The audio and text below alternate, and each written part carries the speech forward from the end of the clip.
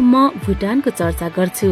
भुटानमा नेपाली भाषा पठन पाठन हुन छाडेको 32 वर्ष भए पनि नेपाली भाषा भुटानका लागि महत्वपूर्ण भाषा हुँदै गएको छ।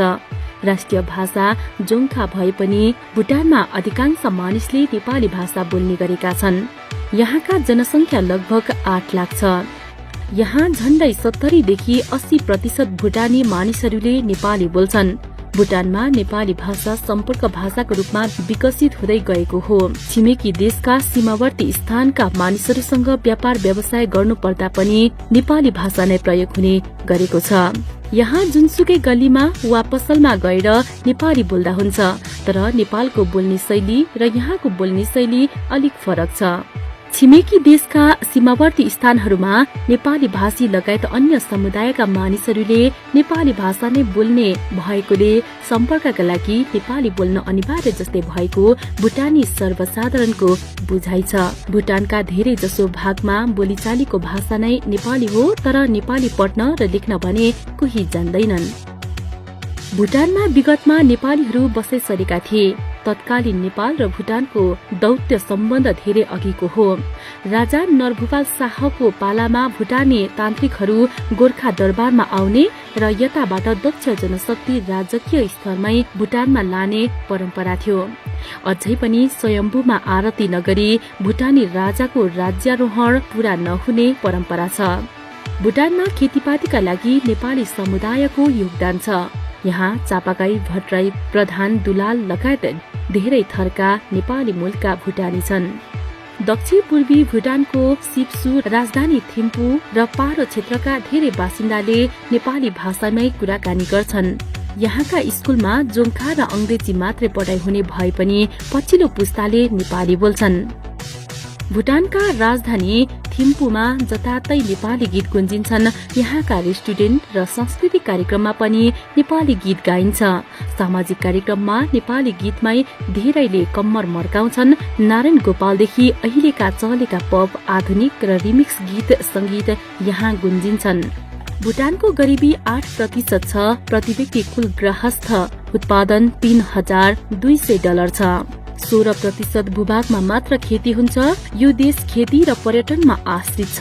यहाँ समुद्री सतहबाट 6 किलोमिटर अग्लो गाङखर पुयनसुम हिमालय पर्वत छ। यहाँ सुर्तीजन्य पदार्थ किनबेच गर्न पाइँदैन। भुटानमा स्वास्थ्य र शिक्षा निशुल्क छ। यहाँको सरकारले दक्षिण एसिया भन्दा बाहिरका मुलुकबाट आउने पर्यटकलाई प्रतिदिन $250 शुल्क लिने गर्छ। राजधानी थिम्पूमा विश्वका ठूला बुद्धको प्रतिमाहरू मध्येको एक 52 मिटरको बुद्धको प्रतिमा छ। यहाँको अर्को आकर्षण जुरी जोङ फोर्ट हो। यो भुटान घुम्न जानेहरूले नछुटाउने ठाउँ हो। भुटान ट्रेकिङको लागि पनि प्रसिद्ध छ। यो देशले सबैभन्दा धेरै बिजुली निर्यात गर्छ। त्यसपछि कृषिजन्य वस्तुहरू पनि निर्यात गर्ने गर्छ। भनिन्छ भुटानका केही जातिहरूमा विवाहपछि पुरुष महिलाको घरमा जान्छन्। भुटान दक्षिण एसियामा अवस्थित एउटा सानो देश हो। यसको सीमा दक्षिण पूर्व र पश्चिम तर्फ भारत र उत्तरतर्फ गणतन्त्र चीनको तिब्बतसँग जोडिएको छ। भुटानलाई भारतको सिक्किम राज्यले नेपालसँग छुट्याएको छ। भुटानीहरूले भुटानलाई स्थानीय नाम ड्रुकयुल अर्थात ड्र्यागनको देश भन्छन्। यो देश मुख्यतया पहाडी छ र दक्षिणी भागमा थोरै समतल भूमि छ। भुटान सांस्कृतिक र धार्मिक रूपमा तिब्बत र नेपालसँग जोडिएको छ। सन् 1644 मा वर्तमान राजाका पुर्खा सबडुङ ngकवाङ नामगेलले भुटानको स्थापना गरेका थिए। 17औं शताब्दीको अन्तमा भुटानले बौद्ध धर्मलाई अंगीकार गर्यो। सन् 1865 मा ब्रिटेन र भुटान बीच सिनचुलु सन्धिमा हस्ताक्षर भयो, जसमा भुटानले सीमावर्ती केही भूभागको बदलामा केही वार्षिक अनुदानको लागि करार गर्यो। ब्रिटिश प्रभावमै 1907 मा त्यहाँ राजतन्त्रको स्थापना भयो। 3 वर्षपछि एउटा अझै सम्झौता भयो, जस अनुसार ब्रिटिश यस कुरामा राजी भए कि उनी भुटानको आन्तरिक मामिलामा हस्तक्षेप गर्दैन, तर भुटानको विदेश नीति इङ्ल्यान्डद्वारा तय गरिन्छ। पछि सन् 1947 उपरान्त यही भूमिका भारतले पायो। 2 वर्षपछि सन् 1949मा भारत भुटान सम्झौता अनुसार भारतले भुटानको त्यो सबै जमिन उसलाई फर्काइदियो जुन अंग्रेजहरूको अधीन थियो। यस सम्झौता अनुसार भारतको भुटानको विदेश नीति एवं रक्षा नीतिमा धेरै महत्वपूर्ण भूमिका दियो। विश्वको सबैभन्दा सानो अर्थव्यवस्थाहरूमा एक भुटानको आर्थिक ढाँचा मुख्य रूपमा कृषि र वन क्षेत्रहरू र त्यहाँ निर्मित जलविद्युतहरूलाई भारतको विक्रयमा निर्भर छ। भुटानमा जलविद्युत र पर्यटकको क्षेत्रमा असीमित सम्भावनाहरू छन्। भुटानको लगभग आधा मानिसहरू भुटानको आदिवासी हुन् जसलाई गाङ्लोप भनिन्छ र तिब्बतको केही जातिहरूसँग यिनीहरूको निकटको सम्बन्ध छ। यस बाहेक अन्य जातिहरूमा नेपाली छन् र यिनीहरूको सम्बन्ध नेपालसँग छ। यस बाहेक सरछोक्पा र लोछाम्पा जातिहरू छन्। यहाँको आधिकारिक भाषा जोङ्खा हो। यिनीहरूको साथसाथै यहाँ थुप्रै अन्य भाषाहरू बोलिन्छन् जसमा केही त विलीन हुने अवस्थामा छ। भुटानमा आधिकारिक धर्म बौद्ध धर्मको महायान शाखा छ जसको अनुसरण देशको लगभग 3/4 जनताले गर्दछन्। भुटानको 25% जनसंख्या हिन्दू धर्मको अनुयायी छन्। भुटानको हिन्दू धर्मी नेपाली मूलका मानिसहरू हुन् जसलाई लोछाम्पा पनि भनिन्छ। करिब 1 लाख लोछाम्पालाई सन् 1989मा देशबाट निकालिएको थियो। पूर्वी नेपालमा 1 लाख जनता र भारतमा 30,000 जति शरणार्थीका रूपमा बसिरहेका छन्। उनीहरूले शरणार्थी सम्बन्धी राष्ट्र संघीय उच्चायुक्त र नेपाल सरकारबाट केही राहत र सहयोग पाउँछन्। भुटानी शरणार्थीको पुनर्वास कार्यक्रम अन्तर्गत हालसम्म 40,000 शरणार्थी पुनर्वासका लागि विदेश प्रस्थान गरिसकेका छन्। संयुक्त राज्य अमेरिकाले हालसम्म 34,129 शरणार्थीलाई पुनर्वासमा लिइसकेको छ। भुटानको राजधानी थिम्पू विश्वकै एक्लो यस्तो राजधानी हो जहाँ ट्राफिक बत्ती छैन। भुटानको अधिकांश क्षेत्र हिमालले ढाकेको छ। 38,000 वर्ग किलोमिटर क्षेत्रफलमा हरियाली छ। हाम्रो राजधानी काठमाडौँ धुलो धुवाँ र प्रदूषणले आक्रान्त छ। तर हामीले गरीब ठान्ने देश भुटान भने संसारकै प्रदूषण मुक्त र संसारकै सबैभन्दा खुशी देश हो। यो उपलब्धिमा जति योगदान सरकारी नीतिको छ उत्तिकै योगदान यहाँका नागरिकको पनि छ। यो देशको सुन्दरता देखेर संसारभरबाट पर्यटक यहाँ पुग्छन्।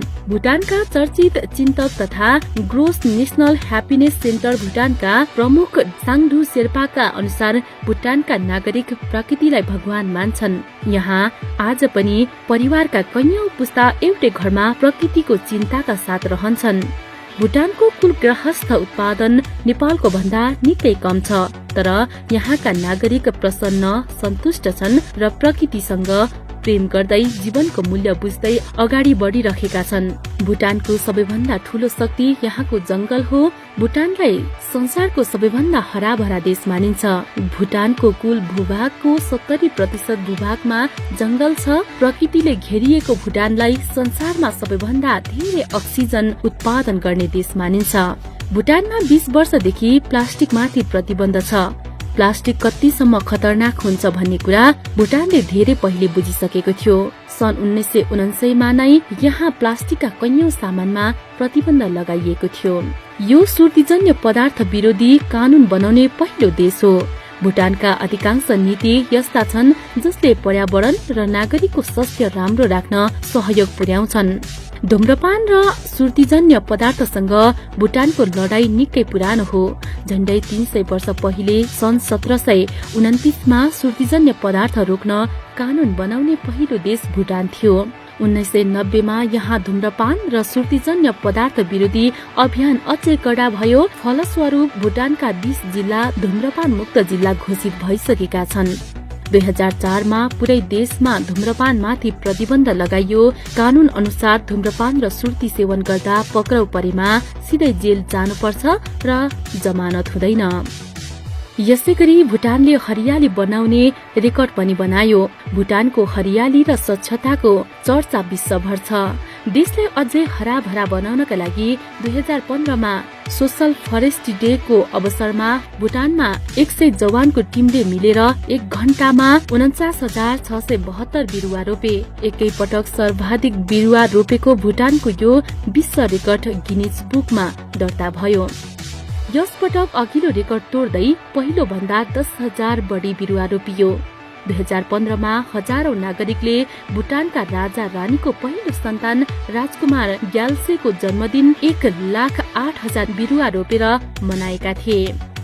रोचक कुरा त के हो भने भुटानमा एउटा पनि वृद्धाश्रम छैन र यहाँका नागरिकले आफ्नो समाज